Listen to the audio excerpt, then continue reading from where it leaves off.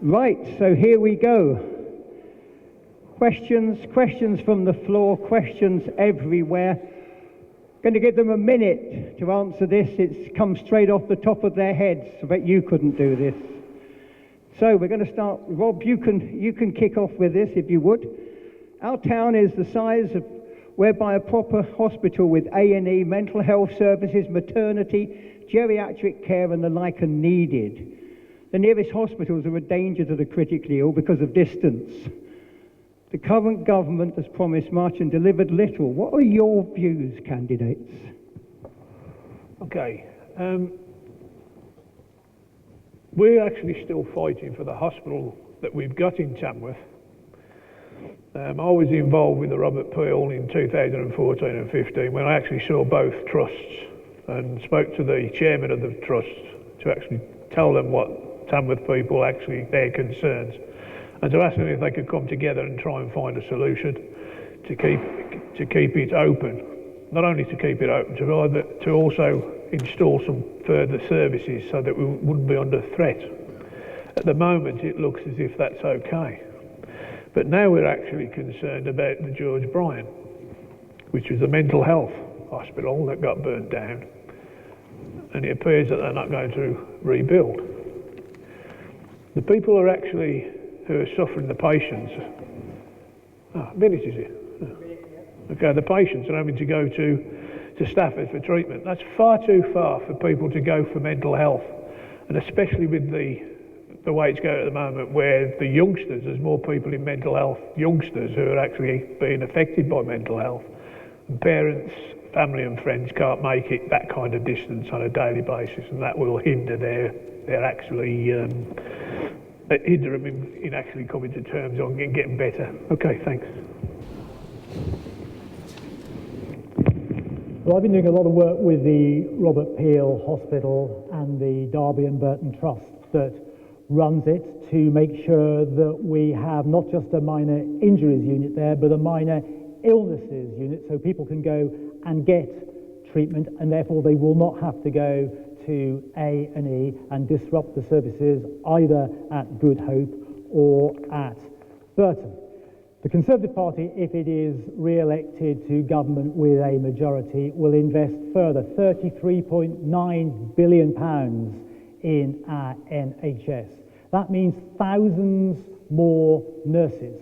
It means 6,000 more GPs, 6,000 more pharmacists and physios, and 50 million more GP appointments, again ensuring that people don't have to go to A&E to get a health care checkup from their GP. That is sensible and reasonable investment in our National Health Service.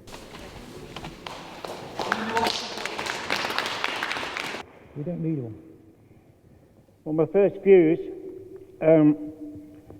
is the cost of parking your car at a hospital. That's just ridiculous. It's a tax on the sick people and their families. So I'd have to find some way to try and dislodge that. It's like a money pit, the NHS, it seems. The government just keeps chucking loads of money in it, loads and loads of money, billions. But what is £1 billion to you? It's nothing. We don't see it. We see a pile of £20 notes in our imagination, maybe. But what would be good if you could go to the hospital and see a nurse or a member of staff with a badge on saying, I'm a result of the last round of government spending. 10 seconds. Or a machine on the side that says, I am the result of the last government injection. That's what I'd like to see. Thank you.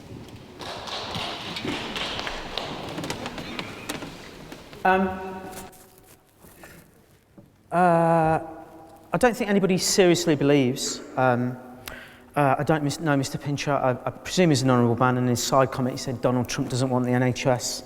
I think anybody who believes that is probably naive in the extreme. And the fact that we're having this conversation about funding for the NHS tells you where we're at after 9 years under the Conservative government. What would be good and what would be great about investment in the NHS is if it stayed in the NHS. and it didn't go into private companies' bank accounts. Let's get rid of the Health and Social Care Act 2012. That is the doorway that allows the internal market and privatisation in the NHS. Let's scrap it. Let us go back to the principles of the NHS, that it is fundamentally unethical and unacceptable for business to make profit out of sick and ill people. Just spend it on hospitals and staff.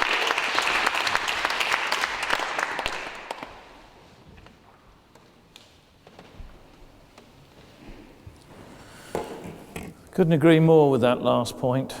To make profit from people's ill fortune is obscene, and it shouldn't be allowed to happen.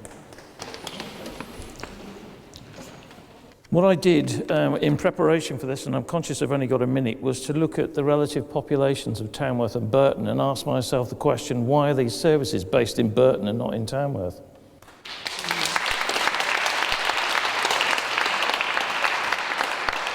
Why is A&E and the Minor Injuries Unit in Burton and not here? There are 4,000 more people living in Tamworth than there are in Burton. The nearest maternity ward is at Samuel Johnson. Why is that? Why isn't it here? And care for older people is to be found at Burton or Derby. The recruitment and retention crisis in the NHS is serious, and it is long-term. It is not about saying we'll recruit 6,000 more GPs. It takes 7 to 10 years to train a GP. You don't do it overnight. You cannot simply draft people in, and it takes years to train a nurse. Let's get real with this. Let's get services back to Tamworth so that Tamworth people can have the health and social care services that they deserve.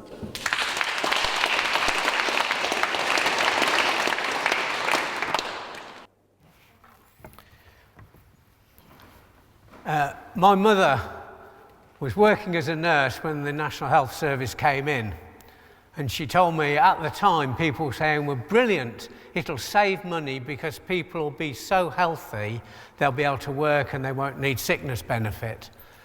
How naive, but that's what they thought. What we've seen is this unimaginable progress. I mean, the National Health Service is doing brilliantly. But not only are they treating the things that they treated when my mother was a nurse, but things like artificial hips, artificial knees, operations on the brain, all these things are happening, and all mean there's going to be extra money needed. And I'm afraid the other parties are not facing up to that as an issue. Everybody promises as if they're giving some money from us, from their own pockets, and it can't be met. We do have to use private as an option. We mustn't let it take over the National Health Service. Little trick I learnt from a brother who is an elite athlete was, if I get a twisted knee, which stops me working, pay privately and go to a physiotherapist, because it makes sense.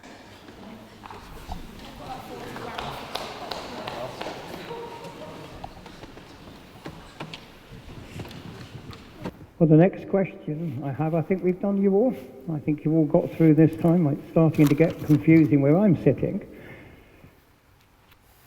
How can we justify the closing of our police station in Tamworth? What will your parties do? What will you do to address this matter? When will we have a functioning police station so the law-abiding citizens of Tamworth have a real presence rather than the almost useless, unwieldy help desk number staffed by people who know nothing of our town? And so, Chris, over to you for this one. Well, the police station isn't closing, it's moving. It's what the police want. They want to go with their friends and colleagues in the fire and rescue service in Belgrade, because it's a state-of-the-art, purpose-built building. And the savings that will be made as a result of that move, £1.4 million, will be invested in frontline policing. There are 69 more cops coming to Staffordshire, on top of the 170 which have been earmarked nationally.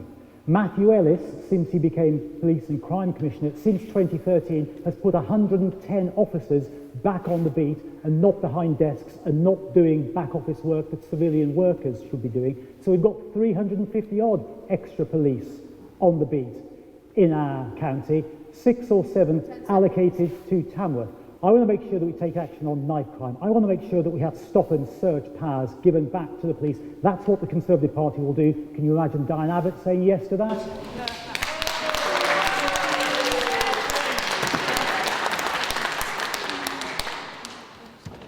I think I'll have to explore statistics on whether more police on the beat can improve things. Can you hear me without the mic? No. Anyway, deterrence to crime may be just as effective, though some sentences for crimes seem far too light. I agree Tamworth should have a 24-hour police station, and it was nice where it was. If you found some money or you wanted to go to the police station about something emergency or something like that, you could go straight to the nick in the town. Unfortunately, historic cuts in funding and also developments in technology make the possibility of the station being reintroduced a pipe dream. So whilst agreeing with the sentiments expressed, I cannot see a decent police station being reintroduced where the old one is at the moment. There are times when one needs to want or speak to a bobby or wants a bobby to visit a crime scene. Regretfully, such happenings are becoming rarer as police numbers reduce. We would have to engage with the Police and Crime Commissioner to try and improve things, but engage him properly. Thank you. There's a very important word in that question, phrase. When will the Tamworth have a functioning police station again so the law-abiding citizens of Tamworth have a real presence? It is important to take into consideration the thoughts and the feelings and the advice of the Police Commissioner and the police, but it's not wholly about what the police want. It's about what the constituents want. And although it is a nebulous thing, presence is a real thing. I spoke to a constituent outside while we were getting a breath of fresh air, and he said, I need to ask a question about the police station. I need to ask a question about crime. It is how people feel. It's how constituents feel. The police station should stay. There should be a town centre presence. It may not be economic, but there has to be a presence. It is about feeling safe and feeling that the citizens are supported. But it's not only about police. It is about police officers are one part of the jigsaw. Let's talk about youth workers. Let's talk about social workers. Let's talk about teachers and other school workers, all of whom have been undermined, had their budgets slashed.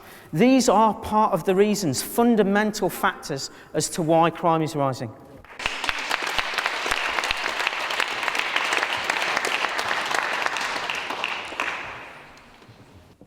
Right, thank you. I did some research before I came here tonight about policing. That'll come as no surprise.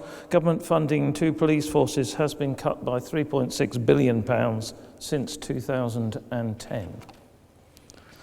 60% of police forces, even with the new numbers that have been promised, would still have a smaller complement than they had in 2010-11, including the West Midlands. The impact of this, it's not just about the crime rate. It's not just about that. It's also about the number of crimes solved and the number of prosecutions. That's what makes people feel safe. The Labour Party will re-establish neighbourhood policing, and I agree entirely that we need to have a town centre presence for that to happen. This is not just about crime, it is also about the fear of crime. So we need to reform the police funding formula, recruit more frontline officers, and recognise some of the special policing requirements for the rural areas. Thank you.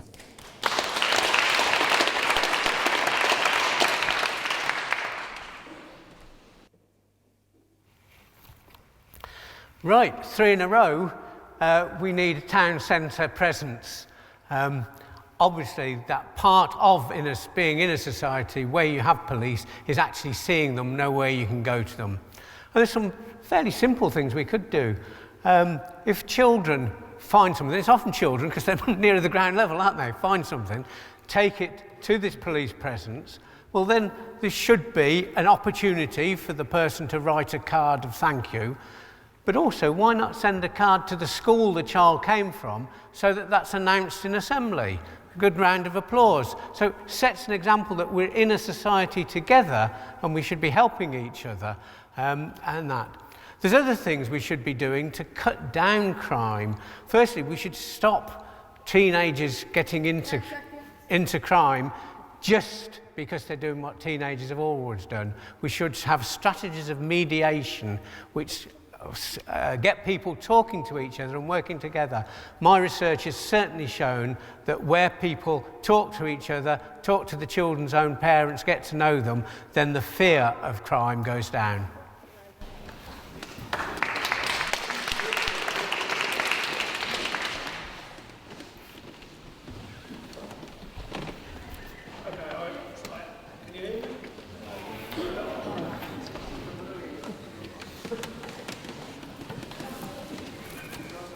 Can you hear me? Yep. Okay, sorry about that. Okay, I happen to agree with everybody that we do need the police presence in Tamworth. That's common sense. The first priority of any HM government is the safety and security of its own citizens. Since 2010, the Conservative Party have actually reduced the police force by 22,000 officers. I'm glad to hear they're trying to reinstate some others. We don't see that in Tamworth. In Tamworth, on every shift, we've got somewhere around 4 PCs and 1 sergeant. If they make an arrest, they have to go to Cannock. That takes a lot of time. It takes 2 police officers out of the equation. So we're very low on numbers here. UKIP would actually increase police numbers by 30,000. That would increase the 22,000 that you've lost, and it would be there because of the extra crime that's been created since 2010, and also cater for the increase in numbers living here now. Thank you. And so we move to a question from the floor. I haven't missed you this time, have I? No, I know you were first. Yeah, 1 in 4 veterans, or as I should say, 1 in 4 homeless people are veterans. The Armed Forces Covenant clearly isn't working because the Conservative government put in place. The homeless shelter in Tamworth runs from December through February and is entirely staffed by volunteers. So do you actually care about veterans? What are you going to do about homelessness? And finally, what about those people on our town? I've come across them who've served in the military, who've got no homes, no jobs. It's not good enough. Thank you very much. I have to confess, I'll turn this on, shall I? I have to confess, I think if that's the case, it's a bit of a travesty. It's not a subject that I'm familiar with, although I understand the sentiments that you're expressing. And it would be nice if we could find some way to at least accommodate them, maybe within the benefit system, to a better nature than they are at the moment. I'm sorry I don't have the experience to give you a better answer than that at the moment.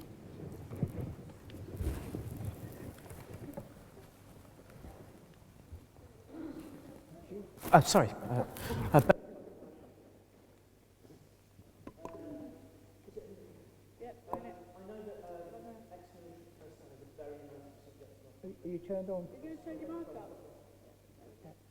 I know that people who have served in the military is a very emotive subject in our country, and it goes without saying that we owe them a lot. We know that. I think we need to ask ourselves a question whether some people are more deserving of attention than others. I feel that everybody deserves a home, and I think that's what you were getting at. Everybody deserves a safe place, safe shelter, and a place to return to that is warm, and there is food on the table. It is particularly upsetting when people who have risked their lives may have seen awful things, could well be suffering from mental difficulties as well as physical injuries and disabilities, that they seem to have been cast aside, and we seem as a society to say, thank you very much, there's no use for me. I know as a society we don't genuinely feel that. Perhaps our leaders ought to reflect that.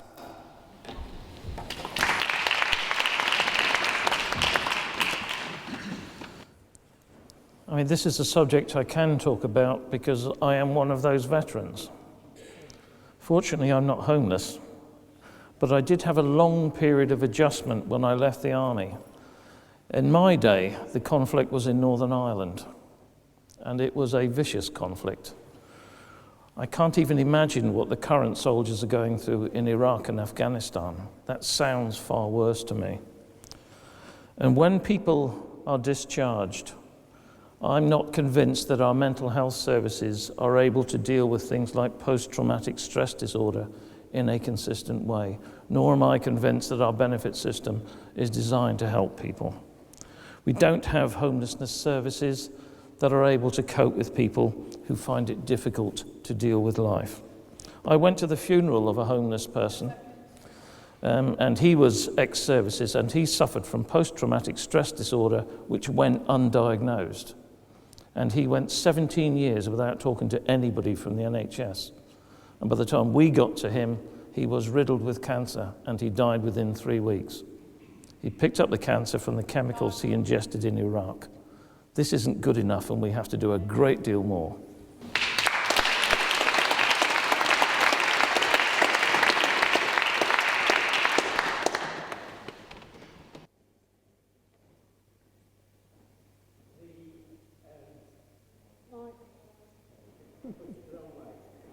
Is that better?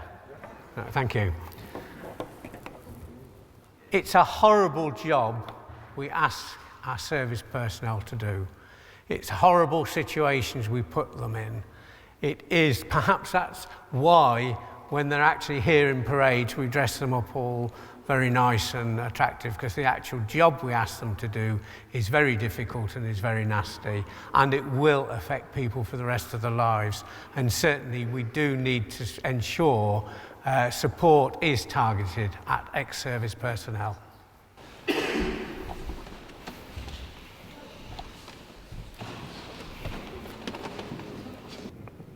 Okay, yeah, it's a subject that's dear to my heart.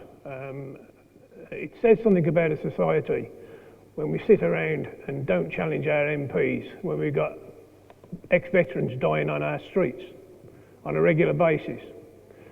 There are people out there that are prepared, charities, the Veterans Society and the Veterans Lottery, that are doing some good work and bringing these homeless people back off the streets, and obviously attending to them medically, because they have got medical issues. But it is something, and it does say something about this society, when we sit back and don't challenge our MPs to do more. It's not about the charities that are doing it, it should be the country that's doing something. These people fought for this country. If we send them, we should mend them. End of.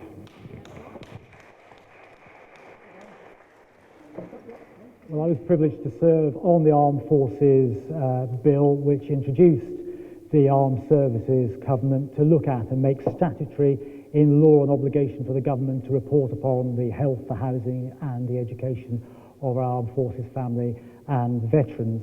I agree with Chris that many veterans do find it difficult to adjust when they leave the services, and that's why we've committed to ensure that every veteran will be able to get a job interview with the public services if they meet the necessary skill requirements to help those people get jobs and make sure that they don't end up on the streets.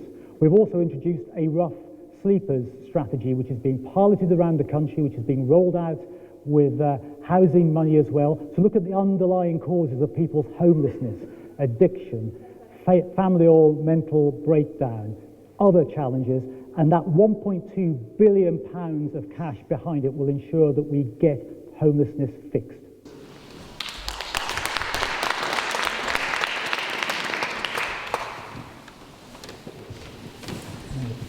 My question is regarding CAMS, which is the Children and Adolescent Mental Health Services. And in Tamworth, it is extremely underfunded. I've been under that service for many years, and I'm well aware of how it's not funded correctly. And this is all down to the budget not being distributed accurately. In Tamworth, there's many young people under this service. So what do each of you say regarding that service, and how would you support that?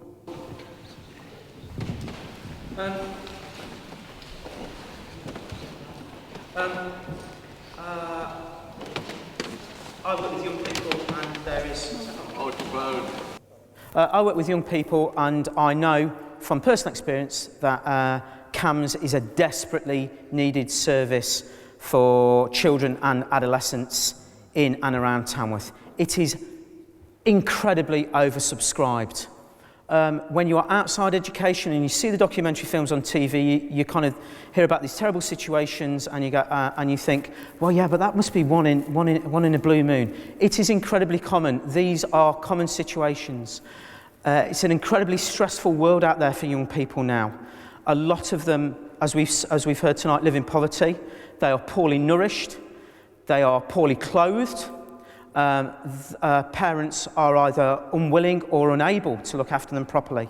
This is a desperately needed service and it needs more investment. The best way, I believe, to do that is if it was is if there were local control over that budget. Local people know best where to spend that money.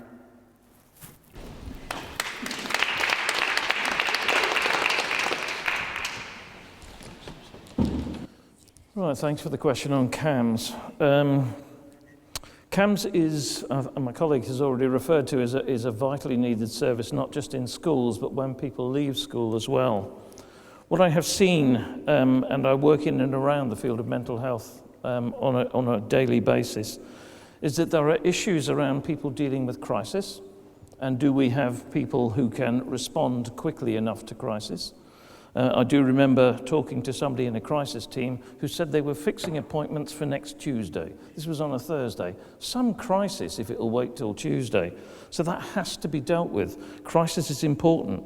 And for young people, psychosis is another thing that needs to be dealt with urgently. It won't wait. So CAMS services have to be sufficiently well-resourced and sufficiently flexible to respond to those sorts of things. Thank you. The other couple of points I very quickly wanted to make was that when people are under the care of CAMS and they then transition to adult services, many are left behind. Many are left behind, and we have to find a way of making that transition seamless so that people continue to have the service. And getting referred to CAMS in the first place is a bit of a nightmare.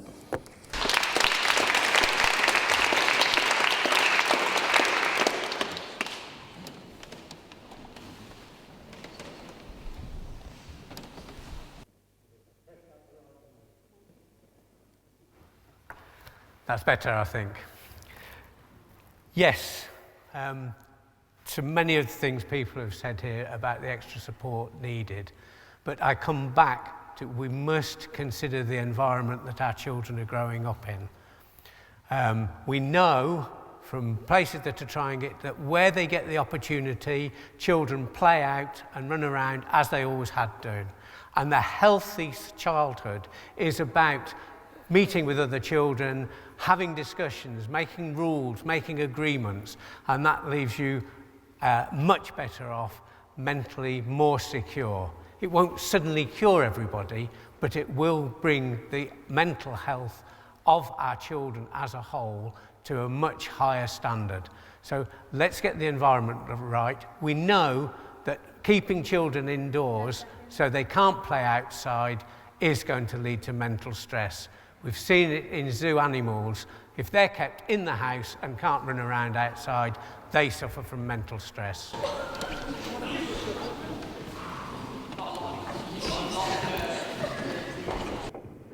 Yeah, it is an issue again, obviously. But every time we go past a school when they're coming out, turfing themselves out, their heads are buried into phones. This social media, where they sometimes can be abused by people who are bullying them. Obviously, the youngsters are not well equipped to actually deal with them kind of attacks to them on social media, and it causes alarm. Obviously, in schools now, they do have places in school where they can go and talk to teachers and get these issues dealt with or get some help. But it does need some more money at it because there are more and more each year in danger.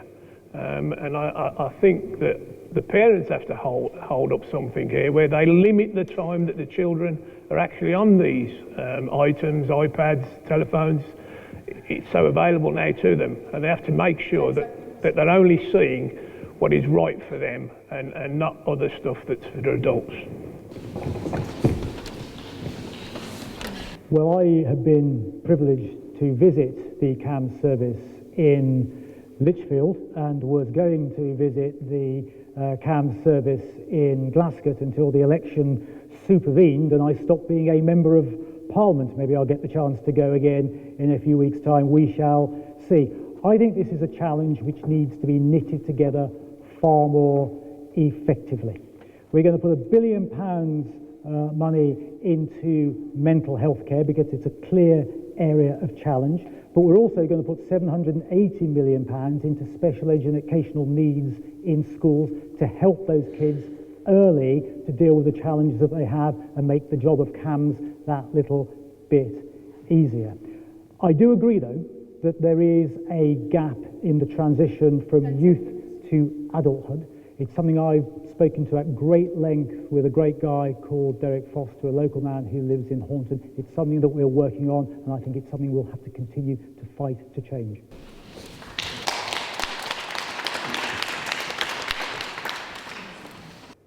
I don't think I can add any sentiments or anything else to what's been said by all my colleagues here, but it would be important to have to maintain the pressure on funding to make sure that CAMS is funded from all angles. Better staff, or more staff, should I say, and more money. Thank you. I'm going to ask you, if you can, to do this a little more swiftly, and I can get back to a young man who wants to ask a question that way. What's your personal view, not your party view, on HS2? Should it be continued or cancelled? If it does proceed, what does it benefit the area and the people in it? And what are the detriments? And that goes across to you, please. To me? Yep.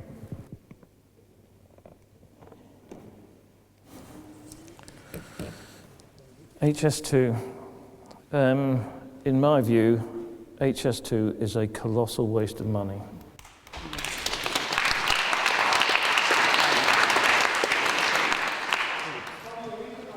The cost of it is escalating. The latest estimate I saw was £55 billion. And I have objected to HS2 since 2009. I think I went to my first consultation on HS2. And when I looked at the business case that was being set out then, it was far from convincing at that point, and it has become less convincing over time. I would scrap it and invest that money in local transport facilities that genuinely benefit the people of Tamworth and not the people of London.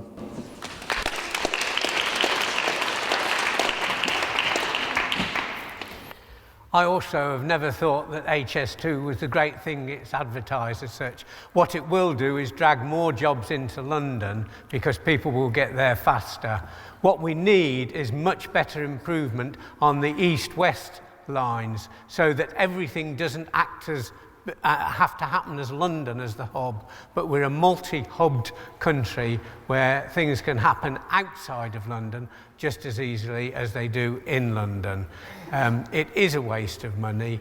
If we really want to have access to the continent quicker, well, let's bypass London.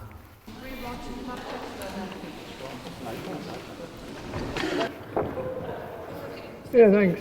Obviously, UKIP are opposed and would scrap HS2. It steams its way through ancient woodlands, it ruins the environment, and there are no benefits to ordinary people here. 20 minutes quicker to get to London. It'll take me 30 minutes to get to Birmingham. So there's no benefits here for Tamworth, and there's no benefits here for the whole country, basically. It's going to waste over £100 billion. It's already wasted over £2 billion. Not a track has been laid. Scrap it, put the money to other uses. Thank you. Well, I must congratulate Chris on having the benefit of foresight, because he said he first objected to HS2 in 2009. In fact, it wasn't announced until March 2010, which is when I became the Member of Parliament for Tamworth, and I voted against HS2 in Parliament. In fact, I voted against it twice, but a massive majority of Conservative, Labour and even SNP MPs voted forward. And I'm afraid there's not going to be another vote. So anybody, any candidate that stands before you today and says, I will stop it, is naive at best, misleading at worst.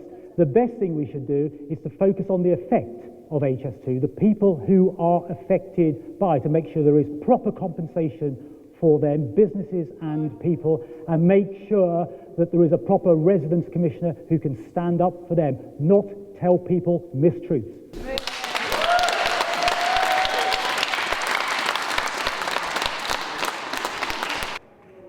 Well, it looks like we're all in agreement. HS2 has got to be stopped. Too much upheaval and cost. As a transport manager for a local company, we've moved people who've had to sell up, who've had to be moved out. They've had to leave their homes. And that's a sad thing, because they can't always get as good a home as is left. And let's face it, there's nothing like home. And how many people can really afford to travel by rail anyway, particularly on this new line? Who on earth is really benefiting from the project? And how many hospitals could we build instead?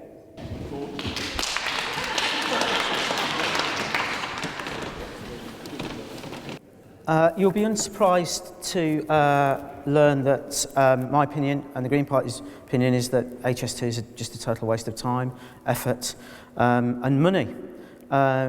It will cause, well, it's untold. We don't know what damage it's going to cause to our landscape. We don't know what it's going to cost. We know who it's for. We've heard it's to get people to London. There's no point travelling from London to Birmingham a little bit quickish because you're going to get off at Curzon Street. You still have to get a taxi into the town centre anyway. So it's a rich man's railway line. We're told that because all those very busy business people will be on a fast railway line to London that will free up capacity on our railway lines. All these private companies that make such a great deal of investment in the railway lines, why don't we see it? Why don't they spend it in the first place? Well, sadly, we've managed to do so far 16 questions. When I'm going to ask a question to each of the candidates, only the candidate needs to answer, and if you want to make a statement as well, because we're running out of time rapidly. And the next person to be talked to is Lib Dems. So we'll start with, I've got a question for you, and we'll go round in that way. Have you all answered the a minute and a quarter, minute and a half, because it's going to be a tough one, this. We'll start with you, because you've got a beard and I can't grow one. Your party seeks to reject the Brexit referendum. How do you defend this? I don't. I think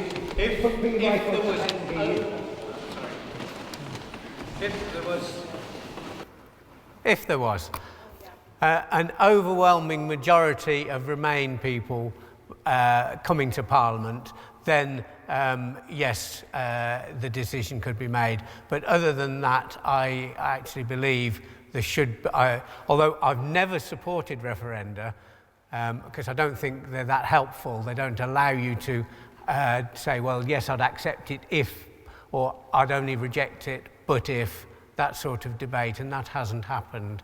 But I think the only way out of it now is to go for a second referendum, staying in against whatever is proposed.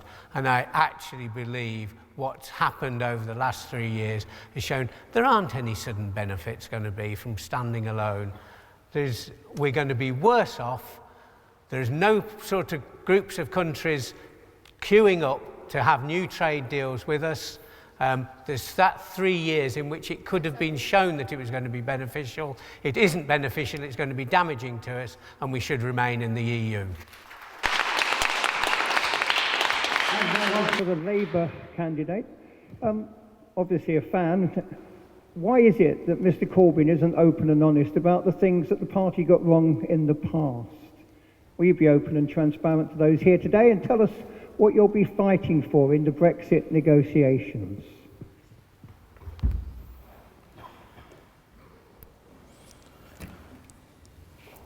Brexit for me has been a very difficult issue because I understand the arguments about democracy. My views are shaped by my experiences in Northern Ireland. The impact of Brexit, if it happens, on the Good Friday Agreement could be significant. And I must confess, when the Good Friday Agreement was first signed, I did shed a tear. Because I had seen the impact that the conflict had had on the children of Northern Ireland for generations. And anything that puts that at risk, I would oppose just on that basis. I actually also think that culturally, financially, and in terms of our security and counter-terrorism, I actually think our membership of the EU is beneficial. The EU has been, for me, the greatest peace project in European history. We haven't had a European war for 70 years. Why would you put that at risk? I would back a second referendum, and I actually think we should have got to that position a lot sooner than we did.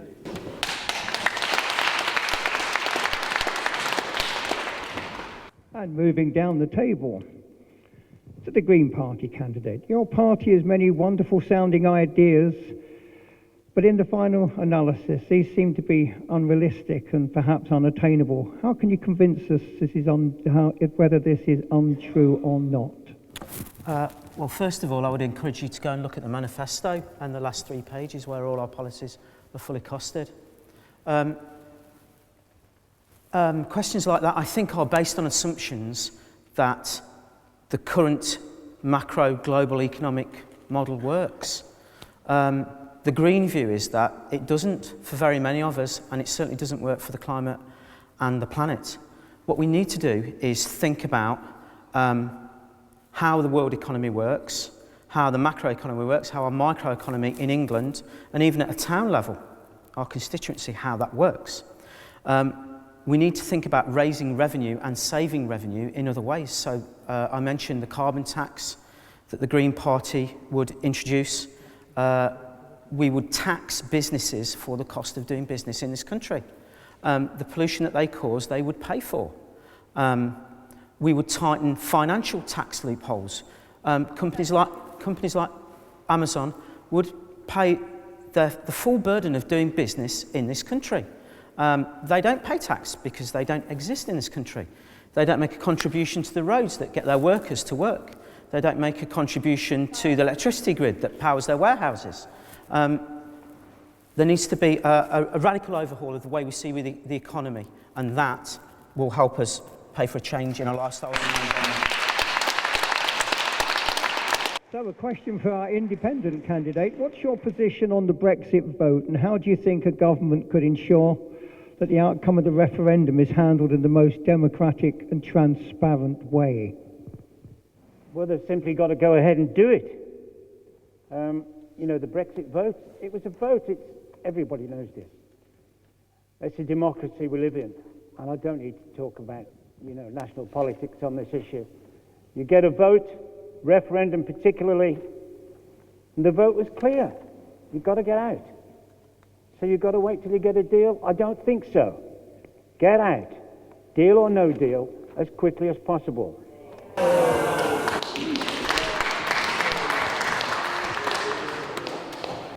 A question for the Conservative candidate. Question goes, the Conservatives have been in power nearly a decade. We've seen more cuts, NHS, education, social services. And it continues. Mr. Johnson talks about overcoming the wrong things, but aren't so many of those the same policies he made when he was in Cabinet? Perhaps you'd like to come up with some answer for that. I'm not quite sure I understand totally, but I'm sure you do. Well, I'll try, Vic. I think we need to cast our minds back to 2010 and imagine what our country and our town looked like. You could walk down the Glasgow Road in 2010 and you would see repossession notices in the windows of house after house after house.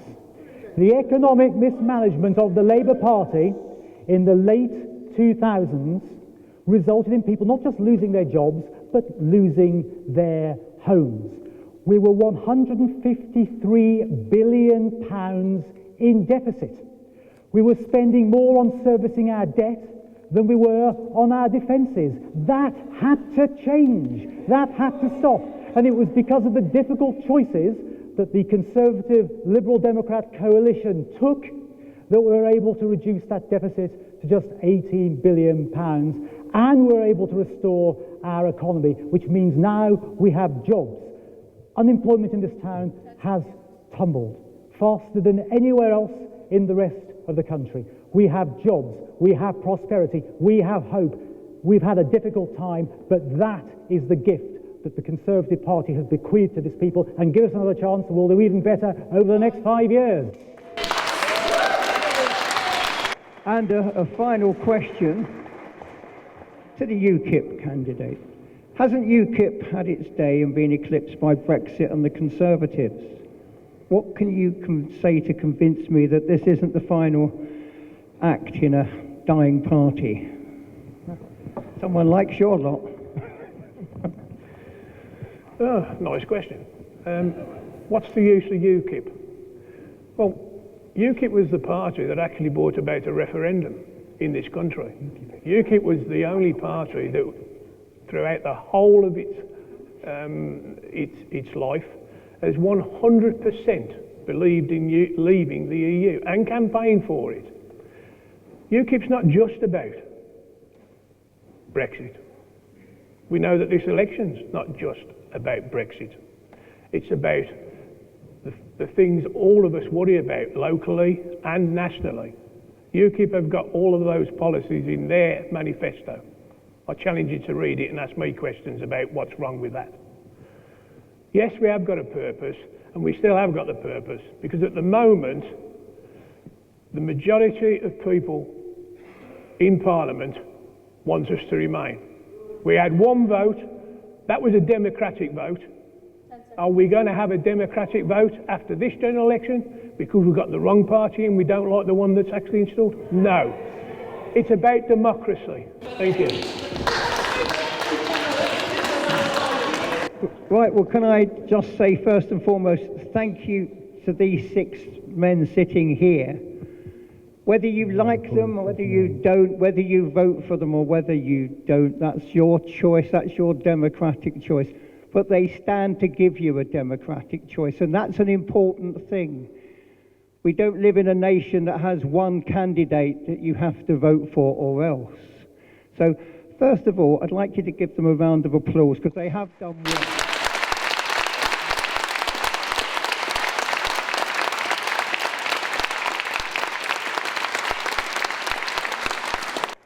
Secondly, I'd like to remind you that you heard 21 questions, and I would have liked to have got more than Matthew, wherever you are. I'm sorry we ran out of time.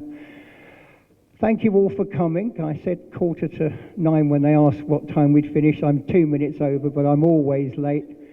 Thank you ever so much for coming, and it's going to be on the internet. Where? Where will we find it? I can't hear you. Yes, it's going on the internet. I don't know where. Okay, we'll get that one sorted. Could the agents please come and talk to this gentleman, because he's going to hopefully ask you some questions. Gentlemen, thank you ever so much. Thank you, Vic. And can I, before everybody disappears, just on behalf of all the candidates, no preference here, on behalf of all the candidates and on behalf of all of you, thank Vic and all the staff and people here who helped put this hustings together. So thank you very much.